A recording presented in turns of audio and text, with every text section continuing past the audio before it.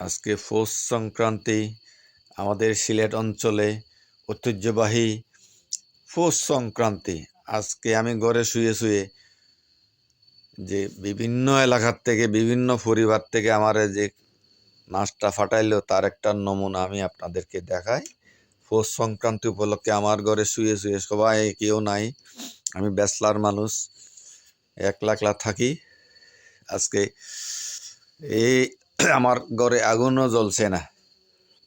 এই যে আজকে আমার ঘরে আগুনও জ্বলছে না, ব্যাচলার মানুষ, কিন্তু আমার ঘরে ভগবানের লীলা খেলায় সব বিভিন্ন ঘর থেকে কি কি পাঠাইছে দেখেন। ওয়াক মাংস, পিঠা পিঠা, মাছ, পাহাড়ি পিঠা, কলা, পোলাও, মুড়ি, তারপরে পায়েস। মানে কি আর বলবো, আমি কিন্তু পার্বত্য চট্টগ্রামের বাইরে থাকি।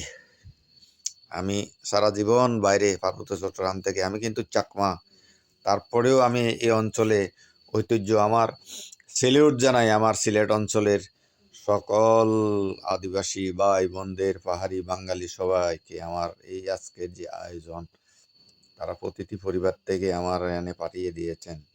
ধন্যবাদ জানাই সকলকে, এটাই ভালোবাসা।